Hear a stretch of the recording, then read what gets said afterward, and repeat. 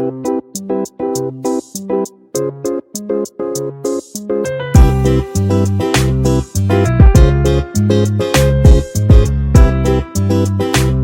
मध्ये नमस्ते। आज मी तुम्हाला छान अशी चटपटी मिरचीची रेसिपी दाखवते। तर इथे आहे ना मी पूर्णपणे 20 मिरच्या घेतल्यात, पण त्या मिरच्या आहेत ना तोडून घेतलेल्या आहेत। आणि आहे ना ही रेसिपी तोंडी लावायला डाळ वगैरे असले किंवा डाळ भाकरी भात असली त्याच्याबरोबर आहे ना एक नंबर लागते आणि खूप लवकर होते 10 मिनिटात। तर आहे ना व्हिडिओ पूर्णपणे पहा। कुकरमध्ये मी मिरच्या बनवून घेते एक 10 मिनिटात। इथे आहे ना मिरच्या टाकलेल्या आहेत, त्याच्यामध्ये आहे ना तेल टाकायचं आहे एक चमचा तेल टाकलेलं आहे। आता इथे आहे ना लसूण टाकायचे आहे, लसूण थोडी जास्त टाकायची आहे। इथे पहा मी पूर्णपणे एक लसणीचा गड्डी घेतलेली आहे। इथे आहे ना हळदी पावडर टाकायची आहे आणि मी इथे लिंबू घेतलेला आहे, अर्धा लिंबू घेतलेला आहे,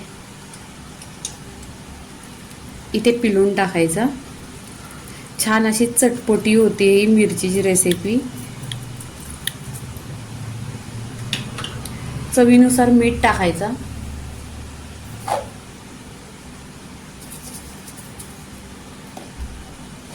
आणि इथे आहे ना अर्धी वाटी पाणी टाकायचं।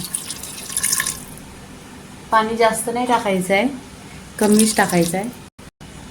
इथे आहे ना मी एक कैरी घेतलेली आहे।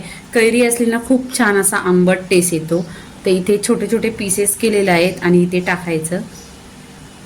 तुमच्याकडे असलं तर टाका, नसले तर नाही टाकलं तरी चालेल। आता इथे आहे ना कुकरला ढक्कन लावायचं आणि छान अशी एक सिलटी करायची। इथे पहा एक सिलटी काढलेली आहे आणि कुकर पूर्णपणे थंड होईल तेव्हा कुकर खोलायची। इथे पहा छान अशा मिरच्या शिजलेल्या आहेत आणि कैरी पण। हे तुम्ही काय करा, थंड झाल्यावर आहे ना याच्यामध्ये 1 चम्मच विनेगर टाकायचं आणि काचेची बरणी असली तर त्याच्यामध्ये तुम्ही भरून ठेवलं ना तरी 8-10 दिवस फ्रीजमध्ये राहील। तर इथे रेसिपी पूर्णपणे मिरचीची रेसिपी झालेली आहे। लाईक करा, शेअर करा, सबस्क्राईब करा आणि नेहमीच खात राहा। धन्यवाद।